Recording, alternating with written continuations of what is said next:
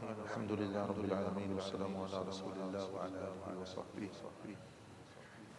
MashaAllah, all of you know what to recite in the prayer whilst you are in the i'tikaf.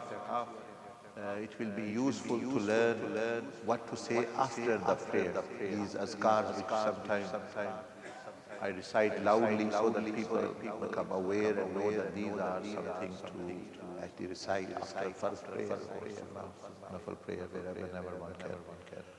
So normally people know them. They are mostly displayed in masjids and posters or azkar after fard, but they don't practice all their life, meaning they only practice one or two of them. So maybe it will be a good time to learn after Asr or whenever you can. It's written on the Masnoon Azkar book as well. ये पहले ठीक था जी sir. Allahu Akbar, Astaghfirullah, Astaghfirullah, Astaghfirullah. And they all have different virtues. You cannot imagine how much virtues they are.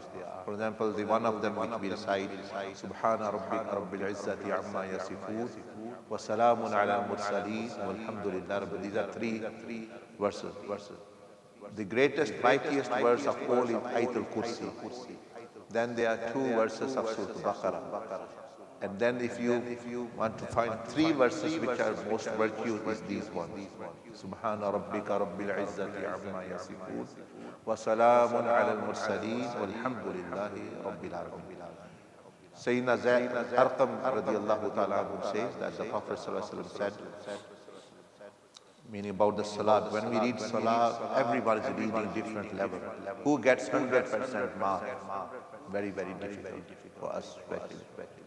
But he sallallahu alaihi wasallam, some had 1%, some minus 10, some 2, some 3, some 4%, 5, 10% reward. But he alayhi salatu wasallam mentioned that whoever recites these three verses 3 times after first Subhana Rabbika Rabbil Izzati Amma Yasifoon wa Salamun ala Mursaleen walhamdulillah, he gets 100% reward of that salah. Is written by the angel. So imagine by just doing this, following this sunnah, what others cannot achieve all their life, you can achieve with just reciting this. It's just like saying to a person who is sitting an exam that you can do your exam 10%, 20, whatever question you can answer. The last 3 lines, write this after you finish your exam, no matter how less you have done, how bad you have done. Last 3 lines, you write these are so magical lines, you will get 100% A grade. Person will say, this is a very big favor for me. Well, that's what Rasulullah sallallahu alaihi wasallam have done. Actually, Secondly, mashallah, I do not know you, I've just heard some more raised voices, but it's mentioning a hadith that the Prophet ﷺ came out from in i'tikaf, in the masjid, from his hujra. He came out and he said, oh, I came out to let you know the identity of Laylatul Qadr, the night of power, and which night is it? Allah has revealed upon me. I thought I will share it. So he came out of his hujra in the masjid to mention to the companions, oh no, we are all searching for it, it is that night.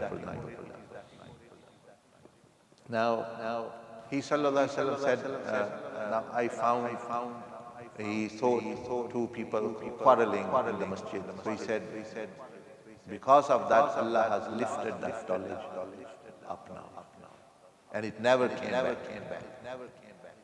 Meaning still the ummah is now finding, trying to search, but the night of Qadr is somewhere between last 10 nights. It can be any night. So in some hadiths and others we find it is 27, in different. That particular year, for example, it was in that dispensation. Doesn't mean that every year is the same. So it actually. actually goes round, circles around these 10 nights. It can be any night of these 10 nights, odd nights, or sometimes others as well, as mentioned in the hadith. But we know from there the character of the Prophet Islam, how he would correct people. So two people were quarreling in the masjid. He came out from the Hujra and wanted to mention such good news, such a blessing, the whole Ummah will benefit from it. But now, because of the dislikes, quarreling, negative arguing, raised voices so much, that the Prophet Islam did not do anything wrong. He was the Prophet of Allah, he is Masoom. But the knowledge was lifted from him. So this shows that those households and those companies or those businesses or whatever, where these things start, the barakah actually is sucked out. If you want to suck out, like you vacuum, suck out oxygen from somewhere. If you want to suck out barakah in your life, in your business, in your marriage, in your masjid, wherever, start quarreling and fighting. You don't need to do anything. Everything will be finished now. The barakah, blessing will go. But we find in that hadith that what the Prophet Islam's way of correcting people was such. He didn't say two people were arguing. Oh, why are you arguing? You shouldn't argue. You shouldn't quarrel. Have mercy upon yourself. He didn't mention. He only mentioned, I came out to tell you the identity of Laylatul Qadr, and because these people were quarreling, Allah lifted that. So that was enough message for them, that lot of barakah and blessings actually just go away. Because Allah subhanahu wa ta'ala does not like this. And Prophet Islam further said that when any one of you is fasting and the other person misbehaves or actually speaks or argues with you, says something wrong to you, now he taught us what to say. Other person might be swearing to you. Other person might be accusing, oh, you are rubbish, you are this, you are that. What is my nafs saying? I should return. I should say. My nafs is saying, say this, say that, say that. But now what the Prophet is saying, I want you to say this what I say. I say what I want you to say to him, I am fasting.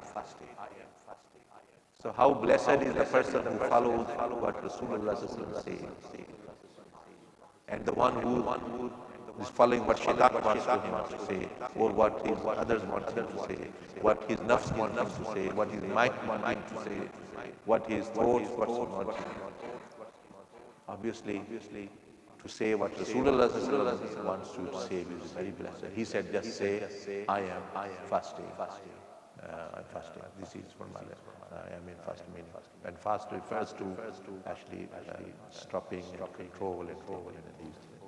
So inshallah, the azkar are very blessed after first prayer, and also the search of Laylatul Qadr. Alhamdulillah, those people who are in itikaf, they get share of Laylatul Qadr because they are doing Taraweeh, they are doing Muslim azkar, they worship at night, you attend the zikr, majlis, tahajjud, you definitely will get. But once you know, identity is most likely to be 25, 27, 29, then you can little bit pray extra more. Inshallah, the person can actually benefit more. Alhamdulillah Rabbil Alameen wa salamu ala Rasulillah wa ala alihi wa sahbihi ajma'in. Ya Rabbal Alameen, we are forgetful, ignorant, knowledgeless, characterless people. Ya Arhamar Rahimin, decorate us with the light of your sifat and divine attributes, such that we have the best of the character, following the prophetic and Muhammadan character in our life, in our daily life, in our financial life, in our family life, in every way. Ya Arhamar Rahim, forgive our wrongdoing, our slip of tongue, our bad thoughts, our evil traits, our bad attitude and behavior. Grant us such behavior which reflects the akhlaq, the behavior of your Prophet Muhammad sallallahu alaihi wasallam. Ya Rabbal Alameen, increase our iman on yourself, on akhirah, on Jannah, on Jahannam, on angels. And Ya Rabbal Alameen, decorate us by following the prophetic ways and the sunnah of Rasulullah sallallahu alaihi wasallam in our lives. From head to toe, envelope us in the sunnah and Ya Rabbal Alameen. Let our inner selves immerse fully in your presence, in your remembrance. Ya Rahman. Forgive us, our parents and all the ummah of Rasulullah. Wa sallallahu ala nabiyyina Muhammad.